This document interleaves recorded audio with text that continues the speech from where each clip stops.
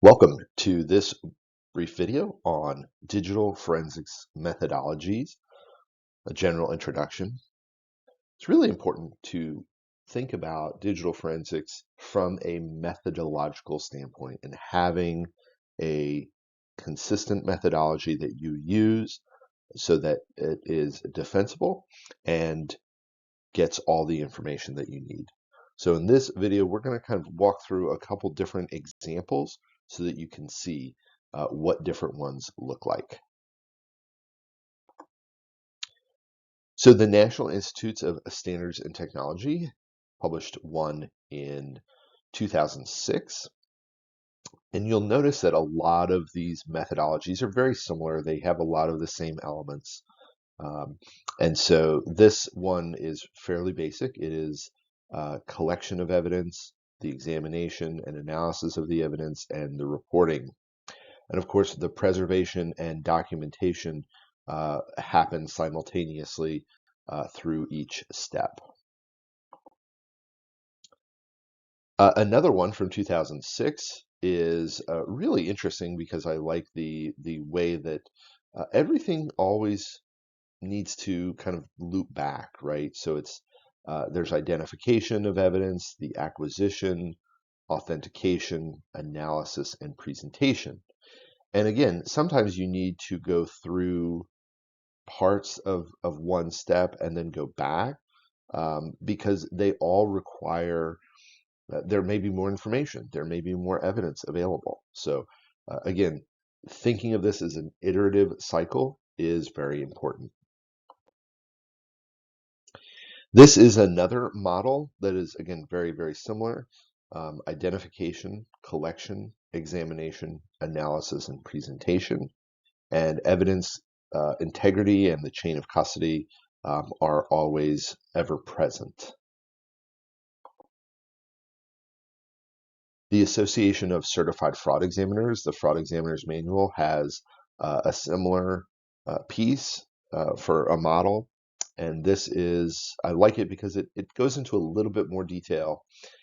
So the first is obviously the preparation, and that includes things like the legal authority, the logistics, planning, and privacy implications. And then obviously seizure of the actual evidence, collection, making sure that safety is paramount, having consent or some other legal authority to obtain it, and then preserve it, right? Safeguard that original so that it is good. Image acquisition, making that exact duplicate and a working copy are very important. The analysis or examination part is where you look at the recovery of information and then collate the different evidence that could be useful. And of course, that goes into the final report, testifying, preparing exhibits, etc. So this is a very complex, very thorough process from the Department of Justice, cybercrime. So we're going to go into a little bit more detail. You can also get it online. It's very accessible and it's very good. So this one is really, it was designed by the Computer Crimes and Intellectual Property Section Cybercrime Lab. And it was originally published on cybercrime.gov, where I believe you can still get it. Although it came out in August of 2007, I think it's still really good. It has a 6-stage process. Now, it is very specifically focused to the CSIP's cybercrime lab. So what I would consider the highest level of public crime digital forensics labs in the country, very closely working with the FBI as well as other agencies. But this is really the Department of Justice premier avenue for their prosecution. So, you know, this is really specific to them, but I think there's so many really, really important and good things that we can learn from it. So first is the extraction and or the preparation rather, and the extraction. And of course, you know, we look at that from a legal perspective. Do we have the authority? right? What are the search procedures? Um, how is that all gonna go? What this model assumes is that there already has been an initial forensically sound collection of the data, whether it's a EO1 or a DD, some form of image that they can use. And of course, we need a duplicate original for that working copy to be able to prepare it. Next, they look at the investigative leads, right? They really want to know what it is that is out there. What is the case? Where is the case at in the process? What does the investigation team need? How was everything authorized? And then where could this information be, right? Um, and again, it all depends on where this is going. Next, the extracted data is all the items that have been prepared. The data that's actually been recovered, because this is already, you don't want to recreate the wheel. You want to know what's already been done.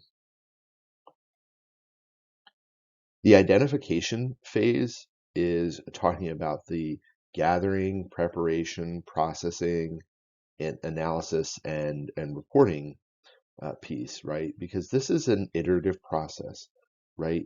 These things go back and forth because new information is obtained, and that therefore leads to more questions or more issues that need to be addressed. Thinking about the relevant information, and as you can see here in this, they're looking at, for example, if it's a credit card fraud case, then obviously credit card numbers, images of cards, emails discussing the making or manufacturing of credit cards, web caches for search terms, all of those are relevant data, right? Victim information could be very relevant. So again, knowing what the case is about, knowing what information is needed, and having those frequent discussions back and forth with the prosecution team or the investigators is critical. Now, analysis is a heavy lift, right? This is exactly where what it meaningful data that answers the who, what, when, where, and how questions. And again, it's a lot of work, right? This is not always easy. You're really looking at the data, the evidence, the artifacts, the metadata, and being able to produce things like timelines or reports. Um, I always advise, write the report as you go because it will save time and hassle. Um, have a good organizational methodology for your report and for your examination because that way you can show what it is you did and how you did it. One of the biggest challenges for any investigation, digital or otherwise, is knowing when to stop. This is really hard. Calculating the return on investment of additional hours to search and know, what to do, right? Cases can't have to stop at some point, right? There are limits. Um, and usually we need to be able to know when that is. It's very hard to let go of these sometimes. But usually the key is um, once the evidence for prosecution has been obtained, any additional forensic analysis generally diminishes. Now, there may be instances where you need to go and identify very specific, discrete issues that have been raised, but hopefully, if you've done a good job of planning and know the context of the case, then you can limit those.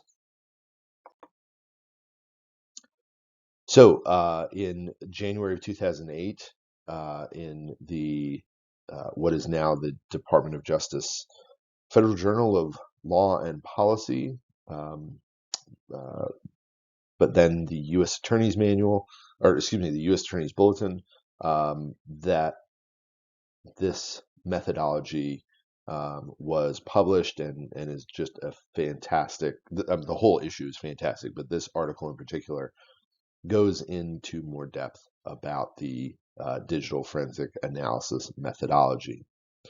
So take a look at that. Ovi Carroll wrote it. He's a good friend, good one of the best forensic examiners we have in the country for the government, and he knows what he's doing. So this is another model that I want to touch on. We will have another presentation video on e-discovery, but this is the e-discovery reference model that I think is pretty good. E-discovery is used primarily in civil litigation.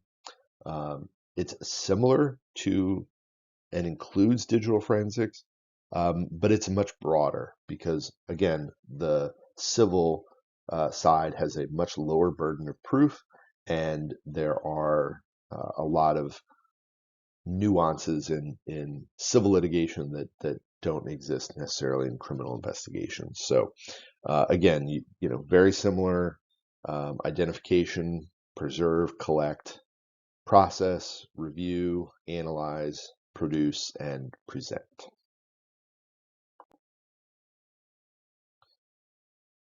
Identification thinks about scope, breadth, authority, jurisdiction, and then locating those potentially relevant pieces of information.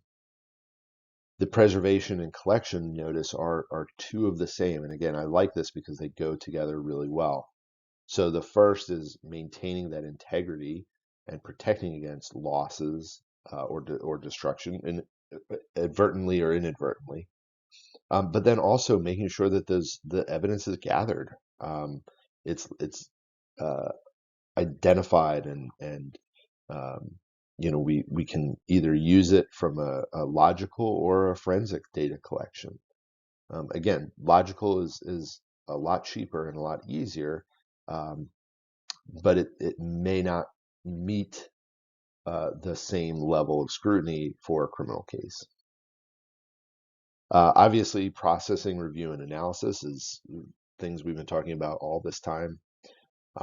Production, right, is getting that data prepared and given to opposing counsel. And then, of course, presentation could include reports, hearings, depositions, pretrial motions, trial testimony, trial exhibits, administrative hearings, all sorts of things. So I hope this was useful and interesting. Again, we primarily have been talking from the criminal perspective just because I think that's the higher burden of proof. Frankly, it's sometimes the more interesting cases, but certainly having that background and understanding makes civil litigation much easier.